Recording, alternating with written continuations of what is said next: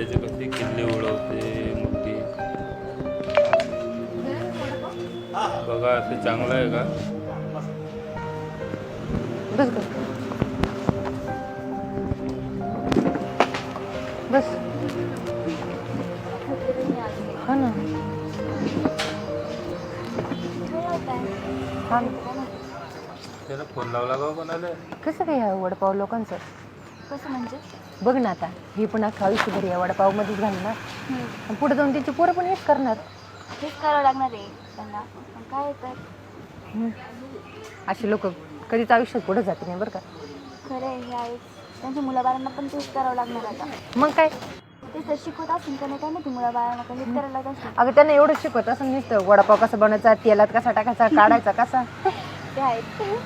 ते कुठं पुढे जाणार आहेत काय. मग काय तर हे वडे हे करतील आणि ते तळतील. एवढंच काय एवढंच अगं त्यांचं आयुष्य. इथूनच सुरू होतं आणि इथं संपतं. मग काय. बघ ना किती वेळ झाला तरी अजून वडापाव नाही आला. मला त्रास वाटतं असं लेट लेट करत असेल त्याच्यामुळे निम्मे कस्टमर ताशी निघून जात असते.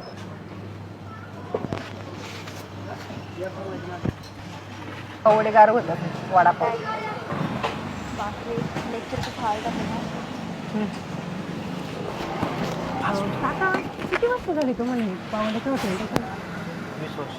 20 वर्ष. 20 वर्ष. बापरे 20 वर्ष. बरे. आणि अजून तर तुमच्या पावसाळ्यामध्ये म्हणजे अख्ख्या घर गळत असते. काय तर फोर व्हीलर घ्यायची तर त्यांची होणार पण नाही तसंच म्हणलं तरी चालेल. आता ना त्यांचं घर होणार ना गाडी ना बंगला काहीच नाही. आणि मुलं पण हेच आदर्श घेतील. मग काय अवघड आहे ना. कसं असतात लोक काय माहिती बाबा. बघ ना. एक्सक्यूज मी, या हो इकडं. काय झालं? हे माझे पप्पा आहेत. तुम्ही ज्यांच्या हाताने बनवलंय त्यांनाच नावं ठेवताय. मागापासून बघतोय तुम्ही नावं ठेवताय ते परलायकी काढाय चालवलं यांनी. ते त्यांच्या कष्टाचं खाताय. हा पत्रा गळतोय म्हणता पावसाळ्यात. तुम्हाला माहिती का 20 वर्षापासून माणूस का उभा इथं? हा त्यांच्या पोरांची लायकी काढता तुम्ही. तुम्ही काय शिक्षण झालंय तुझं?